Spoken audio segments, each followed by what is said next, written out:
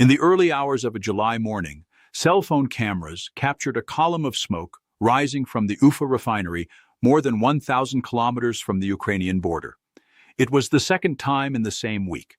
This wasn't a hypersonic missile, and it wasn't a secret Western weapon.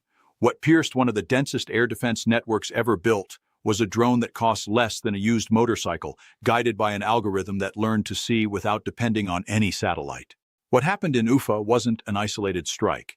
It was just the latest example of a pattern that keeps repeating week after week, reaching deeper and deeper into Russian territory. And what's behind it is even more surprising than any image of smoke on a screen. Because this pattern doesn't depend on sophisticated Western weapons.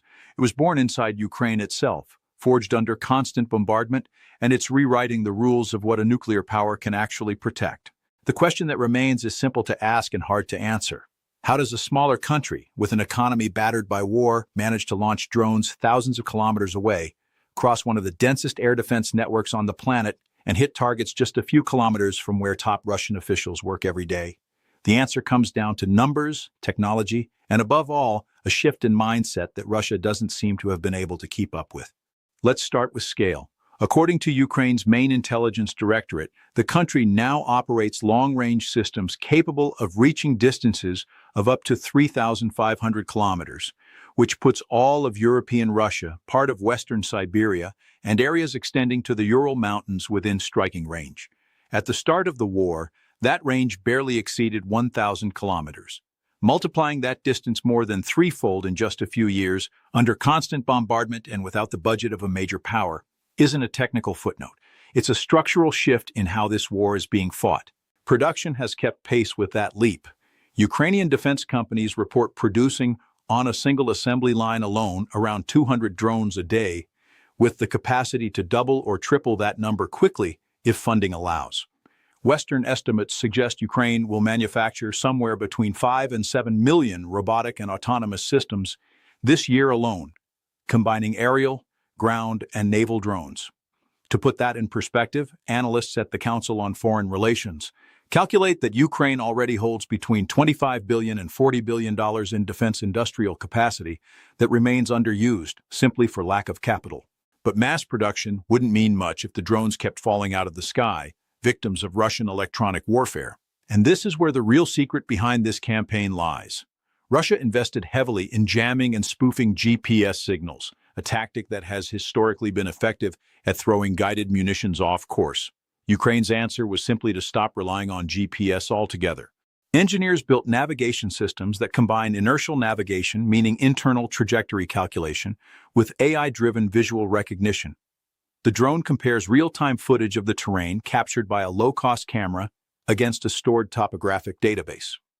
According to developers in the industry, the technology has already gone through 7 distinct generations in just over 3 years, a pace of evolution rarely seen even in military programs backed by far wealthier nations. In practice, Russia can keep jamming GPS all at once. It no longer matters to a drone that never needed it in the first place. But navigating undetected is only half the problem. The other half is physically getting through the layers of air defense, and this is where a tactic as simple as it is brutal comes in.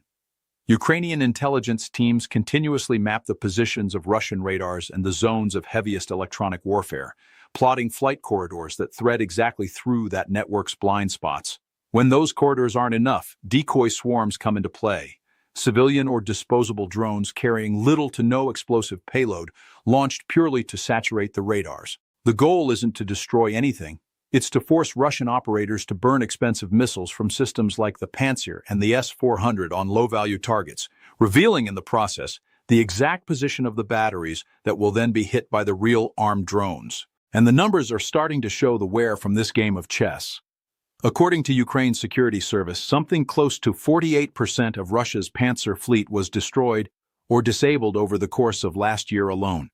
A figure that can't be independently verified but is consistent with reports of confirmed losses.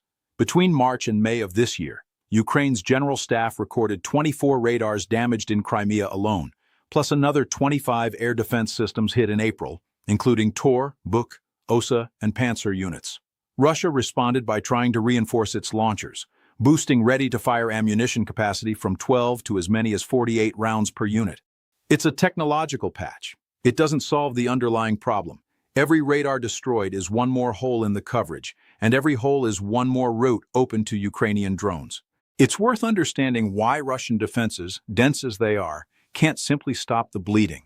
The layered system protecting strategic regions combines surveillance radars, short-range batteries like the Panzer and the Tor, and long-range systems like the S-400, originally designed to intercept missiles and fast aircraft, not slow, numerous swarms of small drones. Every interception of a cheap target burns a missile that can cost hundreds of thousands of dollars, while the drone shot down cost a fraction of that.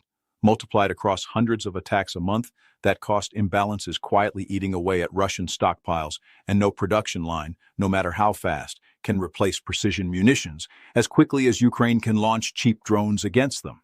Interestingly, part of Russia's weakness isn't even technological, it's bureaucratic.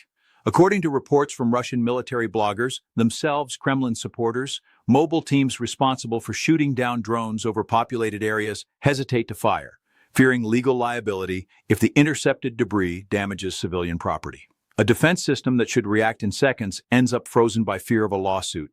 It's hard to imagine a starker contrast between Ukrainian agility and the rigidity of the bureaucratic machine that's supposed to protect Russian territory. It was exactly this combination, mapped corridors, decoy drones, GPS-free navigation, and overloaded defenses, that made possible the recent strikes on high-value strategic targets. Beyond the Ufa refinery, hit twice in the same week, Ukrainian forces struck a plant in the Penza region, roughly 500 kilometers from the border, that produces missile components, along with a facility in Voronezh linked to manufacturing parts for the Iskander system. Russia's Ministry of Defense claimed to have intercepted 179 Ukrainian drones across 16 regions of the country, including annexed Crimea, a number that, even if entirely true, still makes clear how many got through. And this is where the war stops being just a military matter and starts knocking on the door of everyday Russian life. According to recent estimates, roughly 1 in 4 gas stations in Russia is already operating under some kind of sales restriction, a direct result of the ongoing attacks on refineries and fuel terminals. Residents of Moscow, the country's capital, are now lining up to fill their tanks, a scene that would have seemed unlikely just a few years ago. Vladimir Putin himself, in a recent speech, publicly acknowledged for the first time what he called a certain fuel deficit, while still insisting the country's security remains guaranteed. Before we continue, let's open a quick parenthesis. This channel exists precisely to turn this kind of information, dense, technical, and often scattered across disparate sources, into clear analysis without sensationalism, for anyone who wants to understand what's really at stake in the world's major conflicts. If this kind of content has value to you, consider subscribing to the channel. It's the simplest way to keep following analysis like this one. What these strikes reveal at their core is that Russia's greatest historical advantage, its colossal territory, is no longer a guarantee of security. For decades, Russian strategic depth acted as a natural shield. Any enemy would need extremely costly and sophisticated means to reach the country's industrial and political heartland. Today, relatively cheap drones, mass-produced and guided by artificial intelligence, have made that distance almost irrelevant. The vastness that once protected Russia now forces the Kremlin to spread its defense systems across an area too enormous to fully cover, and every uncovered mile is a vulnerability Ukraine has already proven it knows how to exploit. The consequences of this go far beyond the battlefield. Western analysts see this conflict as a genuine laboratory for the future of warfare.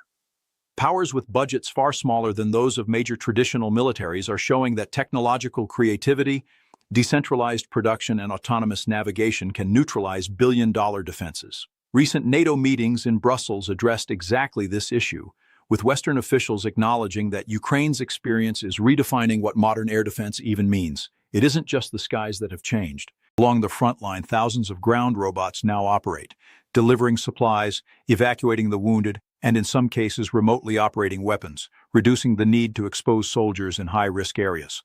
The same logic that took GPS out of the equation in long-range strikes is now being applied on a smaller scale to nearly every front of this war.